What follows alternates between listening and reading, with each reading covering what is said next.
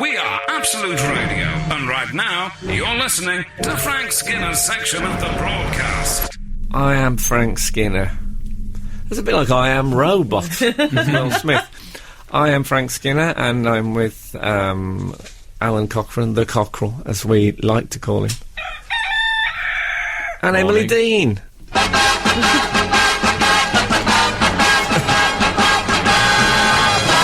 Oh, I love that so much. Oh, I'm desperate for a Kia-Ora now. Like that. You know what it's like. I'm not going to have an SRB. No. Not on my watch. So, we're here on Absolute Radio, where we like to be. Yeah, it's the blinds are down, a little bit sleazy. Producer did that earlier. Why are the blinds down? I don't know. Never mind. Anyway, if you want to text us about anything at all, you can text us on 8 12 15. The blinds, even, if you want to. And that's about it so far. It's a big day for me, I must say. I'm doing my baggies brick. I beg your pardon. All right. They're going to build a sort of a yellow brick road at West Bromwich Albion Football Club, leading to the club shop at the East Stand. Oh, that's and lovely. Everyone's going to name. Well, not everyone, but you have to buy a brick and have your name on it. Right, yeah. Oh, how much does the brick cost? Well, I don't know the answer to that. I think you get a comp brick. Well, after the West Bromwich riots, there were quite a few bricks just lying around, so I just grabbed one in the street. But yeah, so me and Adrian Childs are doing the pre-match thing today when we appear with our respective bricks, and then they'll go. There's no way to talk about Kathy. And they'll build a sort of a baggy brick road, I think they're going to call it. Frank, you've already got a star on the Walk of Fame. I know, I'm all over the floor in the West Midlands. I'm not ashamed of that. It's also 25 years since I stopped drinking, 25 years to the day since I had my last drink of alcohol. Not stop drinking, I don't want anyone thinking that it's all right to stop drinking. Dehydrated. Yeah, that'd be terrible. No, so I haven't had any alcohol for 25 years. And do you know what? I still miss it very, very much. And anyone's thinking of giving up, I strongly advise you against it, because life's never quite the same. I mean, 25 years, enough is enough! And you can tell how exciting one's life becomes when you stop drinking. That earlier this week, I mean, I've been absolutely rushed off my feet just lately. Earlier this week, I was playing noughts and crosses. Was it 1948? No, I was playing with a friend and work colleague, and I hadn't played noughts and crosses for some considerable time. It began with the story which I've told on the show previously about the fact that I knew a guy who was an air steward, and it was just a phase. And he told me that he'd been on a plane with Posh and Bex, and they'd asked for a pen and paper, and they'd done a few tattoo designs, and also they'd played quite a lot of noughts and crosses. And I thought, what kind of idiots play noughts and crosses? It always ends in a draw, always. Anyway, I played this week and was beaten. Oh, and yes, it was a blow. There'll be people listening, cynics, thinking, you're only telling this because it's the voting opens for Sports Personality of the Year, and you're trying to get yourself in as a. But I was really gutted. I thought, you can't lose, and then suddenly I saw that I'd left two options where wherever I put my nought, he was going to put in his cross. Yeah, it was, and he was. The problem was he was so elated. He made me sign it, and he signed it, and we had to put in brackets after our names what symbol we'd been using. No, and then he photographed that. I imagine that's all over the internet. He sounds a bit mental. No, he was. He's an enthusiast. Who plays noughts and crosses with an adult, though? Well, who plays it at all? Yeah. Well, children play it because they haven't. Do they still play it? I suppose they do. I suppose they're the target market. I wouldn't let my children play if I had children. Draw. I wouldn't. It's too negative. Yeah. And both a nought and a cross, both negative symbols. Yeah. Basically, you're either a cross or a zero, aren't you? Yeah, it's not. I mean, it's exactly. There's no status. My children are going to play ticks and ampersands. Some suggestion of approval and something that's been added rather than just minus all the time. There'll be people who play Sudoku listening to this thinking, what's happening to the world? Yeah. But try it. It's not as easy as it sounds, noughts and crosses. I'm thinking maybe I'll Is it be... best of 3, Frank? Because that's normally what you have to do, isn't it? I don't have that kind of time on my hands. It's been a busy week, hasn't it? It has, yeah. I mean, I have to squeeze in noughts and crosses when I, where I can. To be honest, I was loath to play, because if I'd lost 2 games... Yeah. See, I think I only lost... It was like when a big team plays a smaller team in the Carling Cup or something, they're a bit complacent. Mm-hmm. It was because I was thinking, if Posh and Bex can play this, how can I be anything other than a winner? Pride came before a fall, and it served me right. I don't feel good about it. I'll be honest with you. Anyway, if you've got any noughts and crosses reminiscences, text us on 81215, and we'll speak to you after this. You're listening to Frank Skinner on Absolute Radio. That's Blur Country House. Is that the name of the bot, or is that country something else? Country Life. Country Life, yeah. Yeah, of course. I'll tell you who'd know that. Alex James, wouldn't he? Oh, of course, he's the cheese man. Oh, God, does he ever shut up about it? Honestly, we know now you make your own cheese. Why don't you try staying in your farm and making it, and He's shut up about it on the telly all the He's gone a time? bit smug, Alan. Oh, God, Do you think? not kidding. He's gone very smug. How do you go from being in like the biggest Britpop sensation ever to doing cheese and become smug? Surely you have to lose your smugness. Tell you what, I've played the Comedy Store and we've got a plum tree on the allotment, but I don't never shut up about it, do I? Have you got a plum tree on the allotment? Yes, we have. We've got a plum tree. Do you know, I wouldn't make that up for I've never heard of kudos. a plum tree I'm on going the to turn allotment. up at that allotment one day.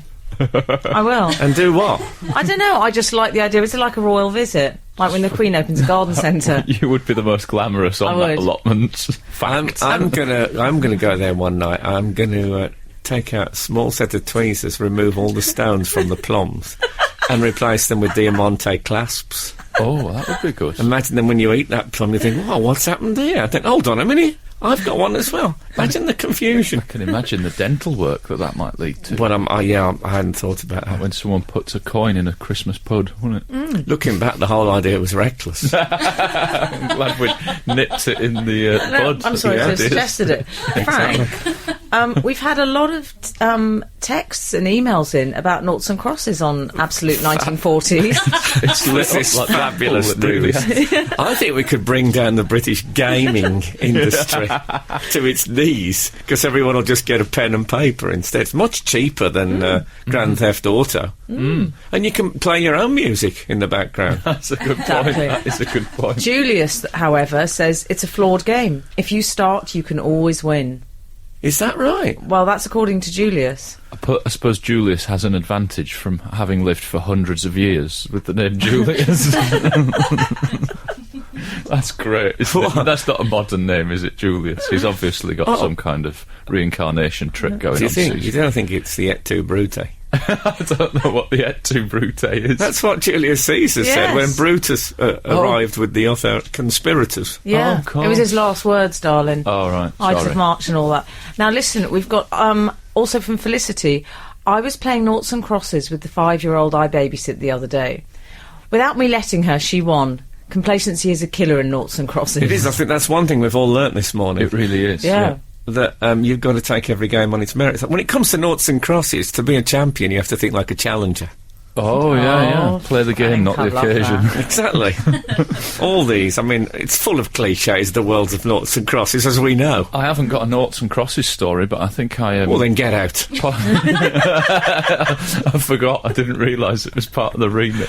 I was once banned from the school chess club for fighting. That's pretty rock and roll, isn't it? Yeah. Fighting on the chessboard or No, with your fighting. fists? Fighting a physical fight in Mirfield High School. But as did it was begin then. with the chess game, or was it separate? The pawns must have debate? gone everywhere. Began with some upset. Yeah, I think there was. There was no claret. It was just fisticuffs. But Yeah. then the cockerel got a ban. Cockfighting? Did you have them big spurs on? Oh, I hate them big spurs. No, but was it an argument about the chess game? I like No. the idea of someone getting It so... was my chip on my shoulder. I didn't really fit. Were you a bit like... Were you a difficult kid? Yeah. You should never have been allowed in the chess club, let's face it. Maybe, but perhaps It was they were always going to trying end in trouble. Perhaps they were trying to rehabilitate me. Maybe. It's a good game, though, chess. I've never been able to play backgammon. Can you play backgammon? No. No, I don't. It's too pointy. The board. Right. Board pattern. Far Yeah, too yeah. pointy. I don't like it. There's not enough going on. It's too plain, that board. Oh, really? Yeah. Also, I don't really want to get into anything that's championed by Omar Sharif. Do you think that is generally? he big into backgammon? Oh, God, he's the king of backgammon, Omar. Is he? Almo Sheriff, as a guy I work with used to call him. I said that Almo Sheriff on the telly the other night. I mean, we were all guessing who that could be. We are Absolute Radio, and right now you're listening to Frank Skinner's section of the broadcast. Absolute Radio. Kids. MGMT. Speaking of tea, Yes. the cockerel is getting ever more starry every week. Actually, yeah, ordered absolutely. tea this morning by referencing his own tan leather jacket. Said, "Can I have it this colour?" That's a slight misrepresentation. Is it? It's a Oh, slur. that's exactly what happened. It's not quite. I would have thought you'd have been more circumspect with being taken out of context this week yourself, but Why? Because of my What can anti-atheist you barrage. possibly be referring to, Alan? I might have. Oh, they don't like it up 'em. What? Can you blame them? Some of them might. I don't know. Anyway, it was in a conversation about the colour of tea. And, Well, can I and just say in Alan's defence, you weren't happy with the colour of your tea, Frank, Yeah, initially. never more. Well, that's Starry. true. And No, that's I true. It's gave too some- dark. I gave some advice. I just said, don't make it the colour of the Nana and Benidorm. Make it more like Alan's jacket. Yeah. Oh, so you And then- started the well, Alan's jacket. and then he jumped aboard it. Don't you worry. See, Alan's jacket is more... Do you remember Caramac? Does it still Yeah. exist, Caramac? quite Yeah. It is very Caramac. Very buttery tan shade. It's a bargain from T to the K to the MAXX. Is it really? Yeah, I don't mind telling you. Yeah. Frank, why did you stop drinking? Not my question. The question. I was of, just wondering exactly that. the question of 547. Oh, okay. Well, I'll tell you 547. I've been asking myself that for many, many years. Why did I stop? And indeed, why don't I start again? The big questions. I think if I had to put it down, first the mattress was full. And Like a water bed. yeah, I tried siphoning it off. And secondly, I didn't like those little bits of white stuff in the corners of my mouth first thing in the morning. Yeah. Don't like that. Get that. Yeah, Are you all right, Emily? Yeah. yeah. So that's my best, but it's a big question. Like I say, I'm very much not recommending it. Okay. Right. 'Cause sometimes reality has got some pretty ragged, sharp edges on it. I don't know if you find that. Oh, yeah. What, the games of Noughts and Crosses? Well, that see, yeah. Yeah. in the old days, I'd have gone out and got absolutely blasted. After that, I'd have been sitting in a court. You know, there's been in a film when there's a bloke who'd just been dumped sitting at the end of Oh, a like bar. in a western. Yeah, I'd have been sitting there saying, maybe if I'd been Crosses, maybe that would have. Maybe I don't know. It just seemed so easy, and the next thing I knew, I was cornered. And you Well, know yeah, the we've answers. worked out, we've established, haven't we? It's all about, you've got to start with the corners. Well, Sarah, who makes the rubbish tea on this programme, Oh, Sarah. but who's still a bit of a know-all when it comes to Noughts and Crosses, says if you go first, you should never ever lose at Noughts and Crosses. It should be possible. As long as you do the right things and you go first, you can't lose. It's the corners, isn't it? And the other guy he did go first, so maybe he Right. was making like he was a nonchalant, we'll have a game. Yeah. And maybe He was a hustler. Maybe he got plays hustled. regularly. Yeah, he could be a league player for all I know. Noughts and Crosses hustled. Embarrassing. Yeah, it is. It's a horrible way to go, I must say. Frank, we've had an email in which I'd like to share with you. Dear Frank, Emily and Alan, this is a little bit of a childhood idiotic eureka moment, but falls more into... I should explain, Yes. actually, for newly. An idiotic eureka moment is something that you don't get for years and years and years, and then it suddenly strikes you. An example being sooty and sweep, someone sent in. Yeah. It never occurred to me sooty and sweep, as in chimney sweep. It never occurred to that person. I think for all of us, it was an idiotic eureka moment. Yeah. Pray continue. This falls more into the category of irrational fears that you have before you're old enough to realise how life works. I used to be very worried about going to prison. I would think about how much I really wouldn't like it, assuming that everyone went to prison at some point in their lives. Is this from Pete Doherty? Okay. Once they were grown up. She thought everyone. She thought that was part of life. Oh. Some families it is. I think it wasn't until I was at least a teenager that I suddenly realised that as long as I didn't do anything bad, I wouldn't actually go to prison. Well, that's optimistic. Yes, exactly. What about the many, many miscarriages of justice? Carry on. Did any of you have similar childhood misconceptions? That's from Kelly. So, Kelly. I never had anything that stupid, but no, it's a joke. I did think I was before I went to school. I couldn't read. I know some kids are taught by their parents, but I wasn't. And I remember reading Rupert Bear with my mum. Now, I don't know if you remember Rupert Bear, but they didn't employ the speech bubble, the Rupert Bear people. What they would do, they would have Rupert in some sort of situation. Off in a field. Yeah, whatever he was doing. Sometimes he'd be in a house with sort of what looked like a panda with anorexia. I never worked out what that thing was. Anyway, Rupert Bear... all the text would be underneath the picture. Yeah. So you get a picture and then a block of text underneath. So I couldn't read, so my mum used to read it to me. And then one day she said, "Why don't you read it?" Just messing about, little kid. And I started reading, Rupert Bear went into the forest, just, saying whatever, and saw, that panda creature. And I said, is that what it says? And she said, yes. I said, well, that's what it says? And she said, yeah. And I thought, well, this is much easier than I thought. So obviously she was just humouring me, but I spent some time thinking that reading was basically just intuitive. Yeah. That, I could just feel it. I could just feel what it said. And I honestly thought, that's it, I can read, it's as easy. And I'd do it with all sorts of books. And it wasn't until I came head-on to phonetics that... I got into that. We should carry on with this. I'd like to know what our listeners, what misconceptions. I have just to remind it. I've just been passed a note by my producer that says, "What childhood conceptions did our listeners have?" Well, this is Broken Britain, isn't it? We are Absolute Radio, and right now you're listening to Frank Skinner's section of the broadcast. Frank, we've had some texts in about childhood conceptions / misconceptions. Let's keep it at misconceptions. 722, while growing up, I thought the Fonz and Danny from Grease was the same actor. I can see it arrive at that. I reckon the Fonz was probably... Was he lifted from the Grease character, do you think? I don't know, but he was about 48, wasn't he? Yeah, I like that. I still have the same thing with Roy Hodgson and Harry Redknapp.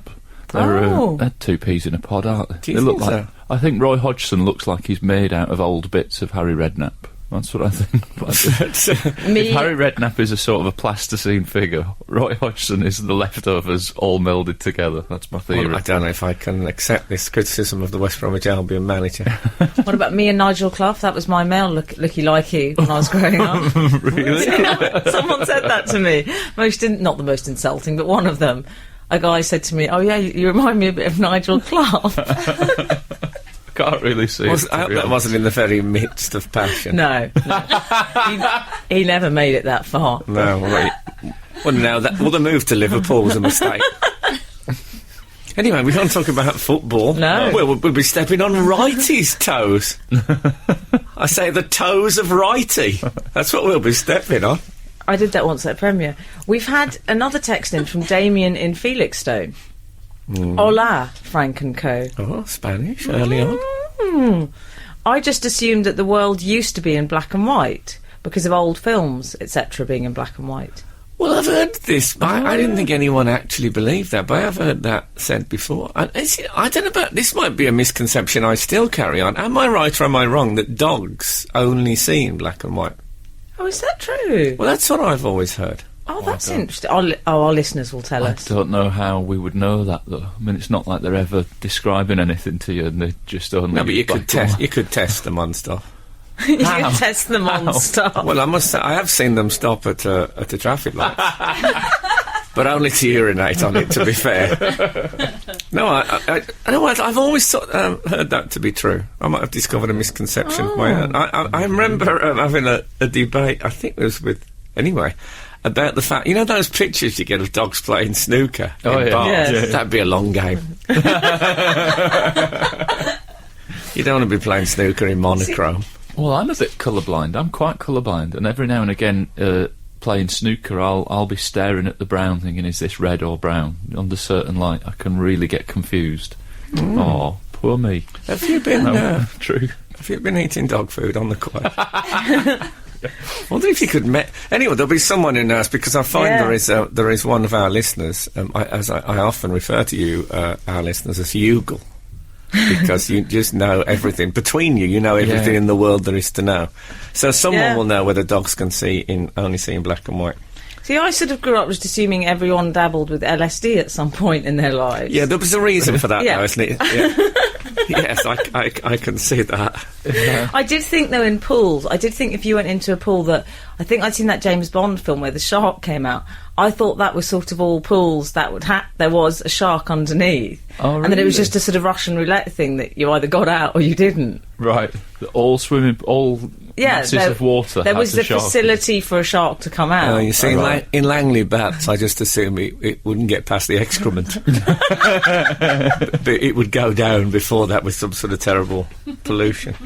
Yeah, well, I had that thing. I remember talking about this vaguely on I think it was Have I Got News For You I was on, and I used to have a stick-on steering wheel, which my mum bought me, and I used to have it on the boss, and she'd stick it on the back of a chair, and I was 38, I'd had a breakdown. No, I was when I was a kid, and I honestly thought I really thought I was steering the boss. Great. And when I used to get off the bus, I used to look slightly contemptuously, at the driver, sitting there with his hands on the wheel and think, yeah, dream on. You're listening to Frank Skinner on Absolute Radio. Sing. That sounded like someone calling the register in a Mumbai primary school. That was Sing by... Oh, delayed Eureka moment. It wasn't I. We've had a good text in from 534, I think we can call him or her. Oh no, it's a him, Paul. I think we're familiar enough now. You had the name, but you eschewed it. I went for the number. I hadn't read to the end of his text. Oh, well, that's wrong. It's about me, so I drifted off towards the end. Alun, the snooker player Peter Ebdon, suffered the same colour blindness and would sometimes foul by hitting the brown instead of a red. Sounds like an excuse. Yeah, exactly. Yeah. Yeah, Peter Ebdon, I remember. I'm pretty sure it was Peter Ebdon. Did he live in Dubai? Yeah, tax exile. Was he? I think it was because... I like the way you jumped in there, slightly judgmental. I saw him interviewed, and there was two things that stuck in my mind. They said, who's your closest friend in snooker? And he says, well, I've got a wife and 4 kids, so I don't really need any friends.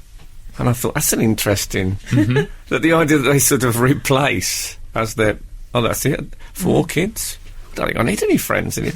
And favourite food, steak, which puts me off anyone in any Q&A. Really? Even though I like steak, favourite food, I think have a bit of a bigger think about it.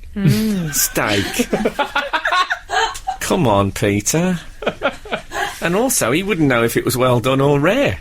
No, he wouldn't. No. This stupid colourblind thing. Yeah. Well, don't have a go at him for being colourblind. Pardon? Call it stupid colourblind. No, but... it's an affliction. Also, life has dealt him one of those blows, hasn't it? Because he's one of those bald men that used to have a ponytail. And did he? Still got it, apparently. It's very snooker player, the ponytail. It's on a wooden plaque. That would be great, wouldn't it? Yeah. There's my old ponytail that I had when I... in his Dubai home. Would it, if you did that, if you cut off your ponytail and put it on a wooden plaque on the wall, would it go grey as you got older? No! It wouldn't go grey. No, of course it wouldn't. Well, this is the secret, isn't it? The secret is to shave your head Ask old... Have your hair made into a wig and then just put it on every morning. You'd never go grey. Yeah, you could put your own ponytail back on. Does anyone know Figo's home address? I'll drop him a line. Frank, we've had another text in. This is from Gavin, who says, "Hi, Frank, Emily and Alan. What is the too loud screensaver that keeps popping up in front of Frank's screen in the studio?" Oh, this is one of our webcam people. If you're watching now, what's he called? He's called Gavin. Gavin. If you watch now, Gavin, but you'll see it doesn't work. Yeah, sometimes if I'm too loud, it's not working now. A thing comes up and says to me, too loud. It came up one morning when I was wearing a Hawaiian shirt. That's how sensitive it is. I was going to say, if he's watching on the webcam, he can see what colour his tea should be from my jacket. Just remind me. Yeah, exactly. It flashes up various things, the Absolute console. Too boisterous. There's too loud. Look, just went up then. Too tentative, I once got, which... yeah. Sometimes it comments on the clothes I'm wearing. Too low cut. Yes, It'll well, say. I was saying that to the cockerel earlier. But we don't. No, you're not actually Not today. I'm all trussed up like a turkey today. Frank, we've got 459. We're talking about childhood misconceptions. Of course. Until I was 9 or 10, I thought everybody died aged 100. Until I told... That'd be neat, wouldn't it? Well, then, this is Kay. She says, until I told a friend of mine who was 3 days older than me that they would die 3 days before me. That's Kay and Bethnal Green. Right. We've also... They'd have thought it was going to be one of these and then turned the gun on himself, wouldn't they? 3 days later. Do you think the Queen would bother with the telegrams if everybody died at 100? No, probably not. It'd just be too general, wouldn't it? Surely there's some kind of corny joke about they die at 111, ill. Well, doesn't matter. Let's see if there is. That's this morning's comedy workshop. Yeah, absolutely. Set up. And now it's time for the Cockerel's Comedy Workshop. That'd be a great regular feature, wouldn't it? Where we give them the bare bones. Oh, God. Of a joke. Oh, God. Not the chicken bones. I can tell you my childhood misconception. Do it? I used to read a lot of Enid Blyton. And I don't know if you remember, but... This is not going to be something about race. No, okay, not just at all. checking. Not going to be that something about the boy that met them on the station platform. No. You know, the books that I read particularly had sort of her autograph on the front. Oh, yeah, I remember that, yeah. Kind of, and Walt Disney style. Yeah. And I genuinely remember being surprised that Enid Blyton was a woman writer, because it's not a name that I'd encountered. Yeah. And Enid, oh yeah. Yeah, and they're all sort of quite sort of boys and their adventures stories, even though there's girls and a dog in it. But I remember thinking, Enid Blyton is the name of a woman, and being genuinely surprised that it's a woman writer. I can see that. Well, now you come to mention it, there's not that many Enids about. Not these days. No, I'm thinking I might revamp that. And a woman racist, it turns out. Yeah, but maybe that's why it fell out of that. You don't get many Adolfs. Yes. Racism can kill a Christian name right off. Yeah. I had the same thing recently when I found out that Dick Francis used to be a jockey. You didn't know that? No, I did. Oh, you did? Well, I walked right into that like it was an articulated lorry that they'd left the ramp down on because they were in the house putting the furniture in place. My mother used to cash cheques at the off-licence. This is back in the 70s. And I genuinely thought she used to go to Mr. Hannigan. She'd go, I need to get some money, darling. We're going to have to go to Mr. Hannigan. And she'd cash a cheque. And so I thought that's where you got money. I thought, like, the off-licence was like a bank. I genuinely thought that. So I'd say, I'll just go to the off-licence. Yeah. Oh, Mr. Hannigan. I like the sound. So lovely. There's a Miss Hannigan, isn't there, in Annie? Yeah. And anything about Annie brings a tear to my eye. It's a hard not life for us. We are Absolute Radio, and right now you're listening to Frank Skinner's section of the broadcast. Absolute Radio. I forgot she existed. That was Alanis Morissette. I'd forgotten she was quite so angry. No, she had a cob on for a while, but she's got over it now. Did she? She certainly got out of the bed on the wrong side that morning, didn't she? It's ironic, isn't it? I always thought she was very attractive. Yeah. She was. She played God in a movie. What was that? She did. Did she? Someone on there. Again, our listeners know everything. The Bugle. Yeah. I'm surprised I haven't got Figo's home address come through. I've been waiting. You were asked. Don't encourage that sort of thing, surely. Thank you very much. Oh, that wasn't... Sorry, I was just thanking my tea arriving. I must say... How's the colour? Colour, yeah. It's all right, actually. Yeah? I'd say it was... yeah. Okay. I'd say it was lime aero. Oh, yeah. I've got Can you. you still get lime aeros? Oh, I hope so. Lovely. Lovely confections. Frank, there's news of things Wienerian. Ah, well, we always like Wienerian news. We speak, of course, of Michael Winner, Yes? the great film director. Is he a friend of the show? Would we say a friend of the show? We keep an eye on him. I wish. Certainly keep an eye on his activities. Yeah, I think it's more like Badger Watch. We watch him through a night sight on a regular basis. I've had many happy hours with... me and him always seem to get sat next together at big do's. Yeah. Really? Well, that's when he said to you, ask Marlon Brando. Exactly. Yeah. I should phone Marlon Brando about my Laurel and Hardy thing. Yeah, he's full of fun, Michael Winner. So anyway, it's been a big week. He's what you call jolly. Actually, he's not jolly anymore because he lost a load of weight, didn't he? Mm-hmm. He's finally got married, Frank. It was on and off. He says it's taken 55 years. The relationship's been on and off for 55 years. Blimey. Yeah, he's finally tied the knot. Brilliant. He's 75. Years. I like a late wedding, though. Mm-hmm. I do. That's quite late, though. Well, it is, I know. But I'm getting to the stage in life where I'm not quite 75 yet, but it is the sort of second weddings. The second marriages, there's lots of... the women like a white trouser suit, forgiving white trouser suit, and the men look a bit anxious. Well, I'm moving to the Michael Winner thing where you're thinking cheap nursing is one of your big motivations for them. One thing I thought about the white trouser suit, I mean, she looked very lovely, the wife, and it's nice that he was marrying someone nearer to... I imagined it would be someone 19, but obviously that would be difficult with a 55-year relationship. Mm-hmm. But she looked very nice. But I think if one of you are going to spray tan, you have to both join him. Mm-hmm. Because he was very spray tanned, and she was just... It looked like, at first, I thought it was a section of a Blackpool scarf. Because she was very white and he was very orange, and I thought that was wrong. I bet when she turned up, she said, "Oh, why didn't you tell?" I bet there was a bit of one of their first marriage rows or pre-marriage rows. I've only got 2 bits of style advice for her. Watch the shiny tights. Also, bit of overhang on the engagement ring. Just with the skin area, you've got to be a bit careful. Oh, really? I've never... What a wedding ring muffin. Yes. Never heard of one of those before. Watch the shiny tights was some advice that my doctor gave me a while ago. Actually, no, I've misheard. I like this. I like this story. I do think the 55 years of being with somebody and then getting married, it does smell of inheritance tax avoidance somehow to me. That's another possibility of Britain. Oh, do you know, I hadn't thought of that. Sorry if I've taken the sheen off. You've ruined it what for was me. A romantic day out for all concerned. Can I just ask, when they look back at their wedding photos in a couple of years' time, will he say, "I'm brown, dear"? I had to get one of those in. Well, someone surely must have said that on the day. Yeah. There must have been a calm down. Surely. Probably the vicar, you know, when you get this when there was a lawful impediment moment. You know, you get like the old Anglican vicar who comes in with a bit of a gag. Actually, I don't know if it was was it a civil partnership type? No.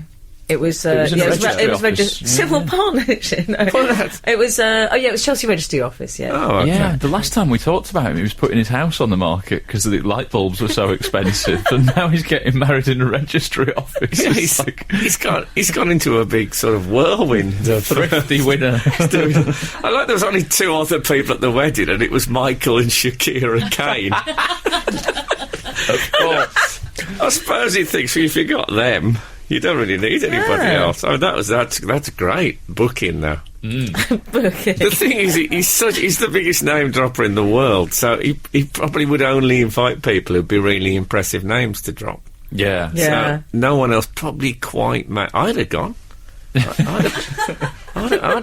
could have picked the collar up front. I'd have gone. There's a slight sadness in your eyes there that you feel overlooked. I'd have gone. Well, let's face it, we're not going to get a second stab at the Michael Winner wedding. I wouldn't have thought. But yeah, and also I was on QI last night, and I watched the very end of it because I like to watch myself, and I forgot that it... Do you remember when I got spray tanned for... Yeah. I've never seen Star Wars. One of the things I got... you had to do 5 things you'd never done before, and one of them was spray tanned, and I forgot that I'd done it the day I did QI. I so looked you're looking... absolutely ludicrous. Did you look Craig Revel Horwood levels? Oh, post. More Imran Khan. Oh, man, I've never... I thought you looked very handsome. I hope anyone wasn't watching and thought that was just me being a normal... Because the makeup woman said to me, I'm going to have to take the edge off that. I don't want people thinking it was me. And I still looked oh, no. She's never worked again. We are Absolute Radio, and right now, you're listening to Frank Skinner's section of the broadcast. We were just talking about Michael Winner's wedding. Yeah. We were. One of the things I noticed, they listed some of his ex-girlfriends, and one of them says ex-Hills Angel, Lorraine Doyle. And I thought they're a dying breed now, aren't they, the Hills Angels? They're a bit like, you know on Remembrance Day you used to get the World War I survivors, and they got less and less. And I wonder who'll be the Hills Angels' Harry Patch, the last one who remains. Such a sort of special thing. They all had good names. Lorraine is a very Hills Angel name. I think like they Babs. Because there are no World War I veterans left, they should replace them with Hills Angels, I think, for this one. Be quite a quick parade, though, wouldn't it? Very, very jerky, quick parade. He pulled well, though, Michael Winner, throughout his life. Mm-hmm. Done all right. Well, I'm not suggesting he's passed. I'm just saying he's done well for himself. No, he's... Jenny Seagrove, lovely. He's done some... I'll tell you one of the things I never understood is when they decommissioned Michael Winner's True Crimes. I don't remember Michael. Oh, God, it's awesome. They used I'm assuming it was a programme rather than a chapter of his life that I'm unaware of. No, they used to... it was brilliant. It was like a drama that recreated a crime from history. Oh. He sort of introduced it. It would begin with him in like a velvet smoking jacket, sitting in a chair with a large book, and he'd say stuff like... they say hell hath no fury, like a woman scorned. That was certainly the case for Helen Witherspoon on the 17th of January 1948. And then it would go into that. Oh, man. It was brilliant. Such the Alfred Hitchcock Presents. Yeah, it was very much that. Yeah. I suppose we've all said to a loved one, I could just strangle you. You know where it's going. We know where it's going, Michael, with that opening. Spoiler alert. They started going a bit too recent. That was what happened. They got complaints. Oh, I see. Who's stomping around upstairs? Can you hear? It's awful. But they can't hear at home. They don't want to know what's going on upstairs. But I found it so distracting. I'm sorry. Shut up. 633. Oh, I've just had an internal phone call to say that a large space satellite has landed on the 4th floor, but not to mention it. Frank 633. There's a dead dog in it, apparently. Oh, no, it's Laika. It must be Sputnik 2, after all these years. 633. In an effort to reduce the ring finger muffin, did Winner say, palms down, dear? I like that. I think I did palm down, dear, the other week, but I like it in its new context. I like it. Yeah, they're reusable, the calm down, dear derivatives. Yeah, they've got... They're very versatile. Also, Frank, you were asking which movie did Alanis Morissette play God in a slight sort of egghead's turn the programme took. Yeah. And the answer is Dogma 119 073 381 059. All Dogma. Yeah. Brilliant. And we, I should say, on the subject of things sent to the show, we had a brilliant thing sent in this week, which was what was it? What did he call it? It was from Jonathan and Godalming, and it was called a mind map. Yes, and it's a mind map of the three of us, really. Yeah. So it's there's references to things like our Keith. Yeah. And In Style magazine and Whippets. Whippets. And we've all been joined together with our various things in it. It's hard to. We should put it on the. Can we put it on the website? Yeah, we can put it on the website. Apparently, I think it's a work of art. I do. It's great. I don't know how to follow it. Really, just the discussion of it seems to have left me a bit of an impasse. Somebody has texted in saying, yes, we can hear the stomping. Oh, they can hear the stomping. They can. So there you go. You were quite Thank you. to chuck your fit. Yeah, but that could just be Tanya Snogs texting from the room next door. Doesn't quite count quite the same. You're listening to Frank Skinner on Absolute Radio. So, Frank, I need to share with you, I had my worst kind of altercation this week. It was... Bare knuckle boxing again. No. We'll talk about that next week. Okay. It was a celebrity-based one. Okay. You know, I don't like to get on the wrong side of celebrities. Well, no. I know. But it does happen. And this week, I went to a party. It was so bad, the altercation, I did what I call my arthritic claw. You're familiar with that? The claw went off. Yeah, the claw. It's a kind of strained bird's claw, isn't it, movement, to represent my discomfort. Well, I suppose all the tension in your body, it goes into the claw. Goes into the claw.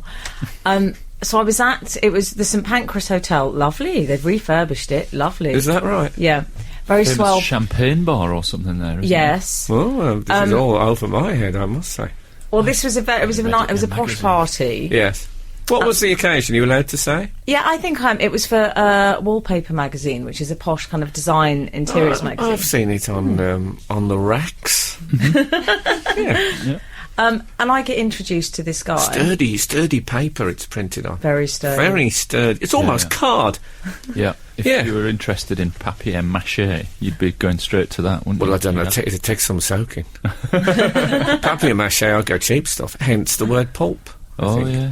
But no, that stuff, you could be waiting a fortnight. It's funny you should mention I pulp. could knock together a masonette with the pages of Wallpaper magazine. But I'd be perfectly happy with... Pray continue. So, I get introduced to this guy. He's got the sort of bleached hair and the skinny jeans, the iconography of the pop star. Oh, yeah. And as I'm talking to him, I'm thinking, oh, I think I know who you are. I think you're that man, Mr. Hudson. Do you remember him?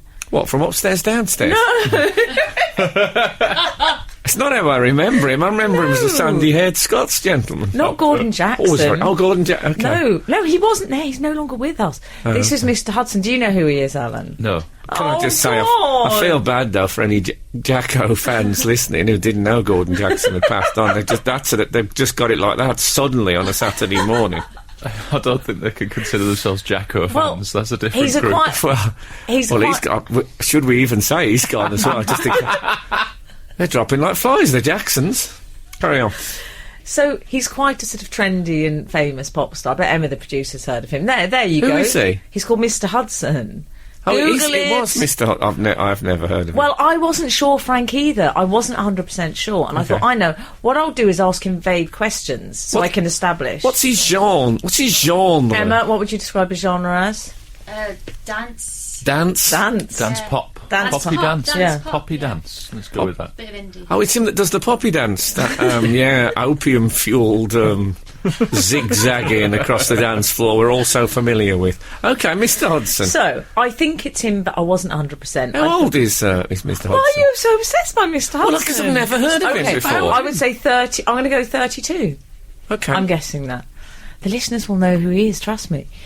I wasn't quite sure. So I start sort of asking him questions where I can establish who he is. I say, oh, what are you up to? That sort of thing. That's always good. Yeah. Favourite food? Steak? Yeah. Get out. I bet Mr. Hudson's favourite food is... I bet he likes a tiger prawn. And I don't know who he is, but I'm just like... For us from his description.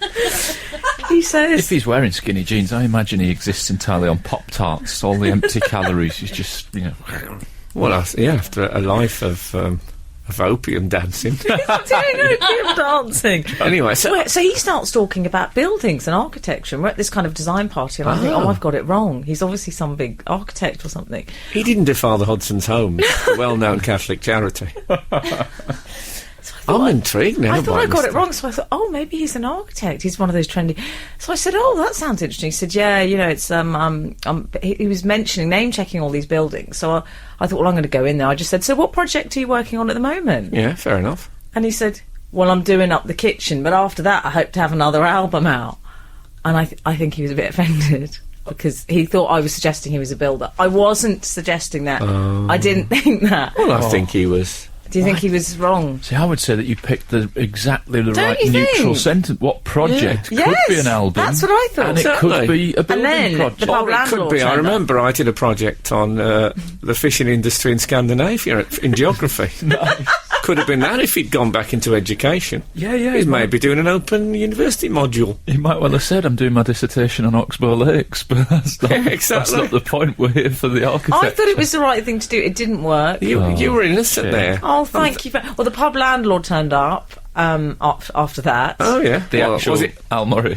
He stuck his size. Not his gaff, so therefore not his rules on this occasion. He stuck his size 11s in it. He made it worse. Did he? What did he say? He said, "Oh, don't worry." I confided in him discreetly that I was having arthritic claw moment. He said, "Oh, don't worry. I had to give him an award at the Brits," and I said, "I don't know who this guy is." Made it worse. Yeah, but that's probably if you're brash like that, it's probably all right with it. And it probably took as a joke. He styled it out, Al. You see, Mr. he's better at Hudson me. probably thought, well, he does really, but he's just acting the goat. Yeah, Al wouldn't let it lie. As you say, it was his gaff, his rules. Yeah. Well, I need to find out more about Mr. Hudson, 'cause I feel we've got off on the wrong foot. We all do. Yeah. Come here having a go at my friends. Mr. H, as I like to call him. Let's step to him. Yeah. Well, also, I'm going to Google him. We are Absolute Radio, and right now you're listening to Frank Skinner's section of the broadcast. Absolute Radio. 520, Frank has texted in. Yes. You were talking about Figo earlier. Yeah, Figo, in case you don't know, he's doing an advert at the moment for what...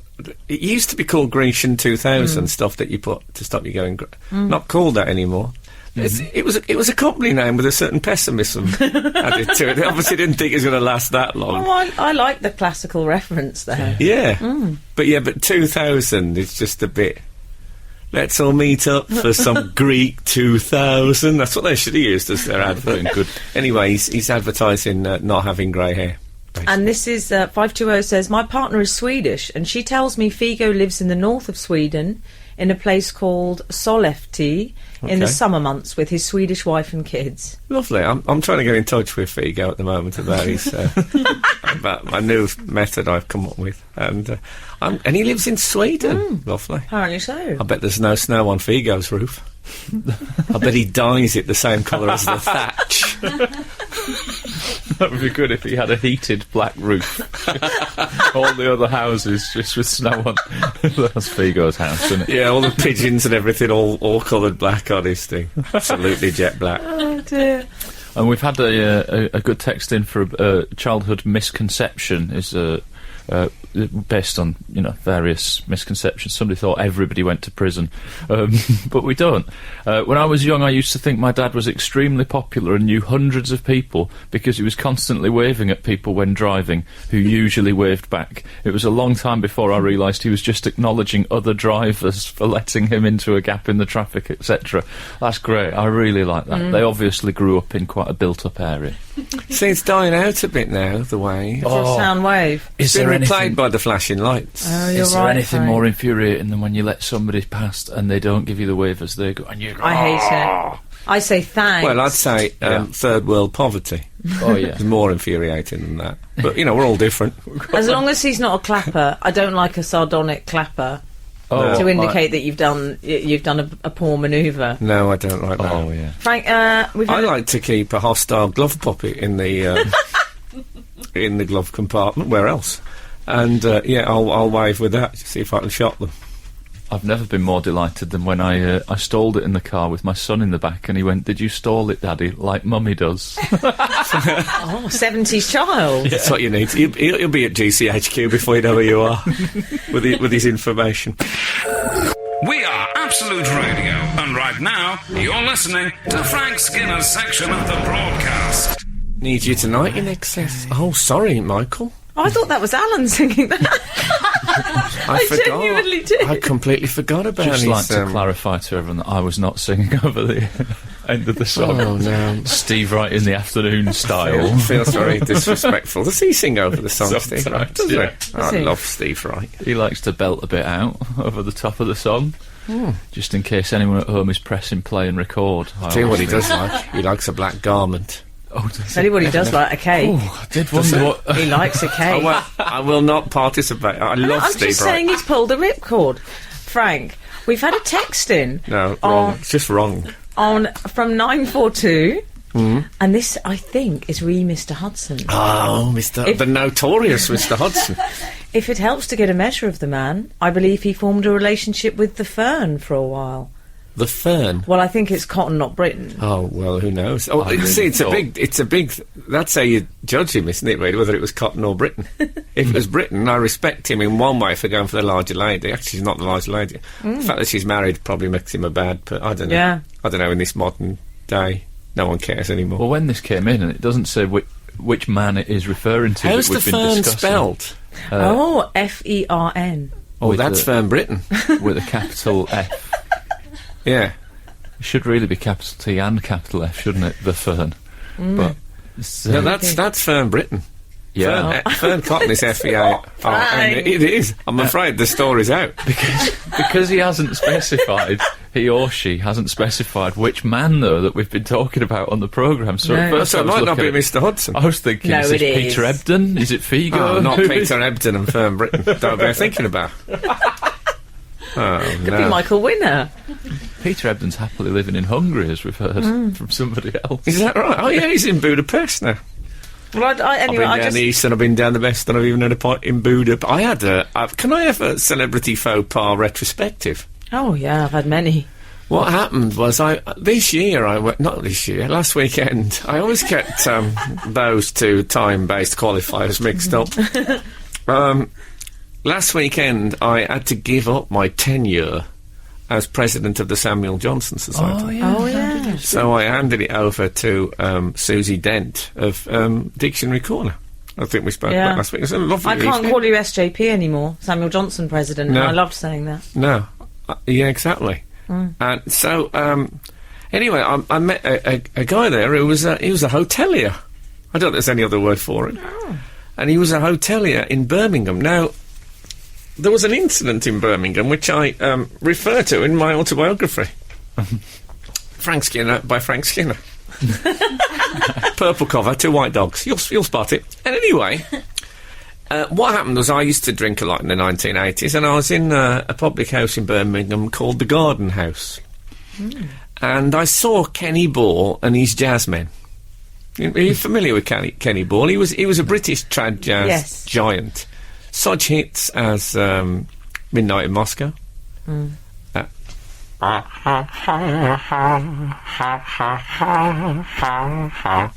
Or God. March of the Siamese Children.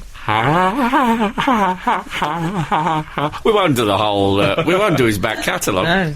Anyway, I saw him in there. I got very, very excited at Kenny Ball because those days, despite what Emily Dean might think that everyone's got contacts, she once said to me, "If everyone has got at least one contact with show business." Yes. She said, "I bet your dad at least knew a journalist." Yeah, right.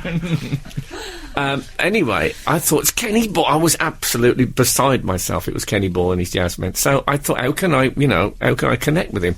So I drank a lot in those days. So what I did was I pulled down my trousers and underpants and danced in front of him, singing "Midnight in Moscow." You didn't. I did. I wouldn't even mind, but it was lunchtime. It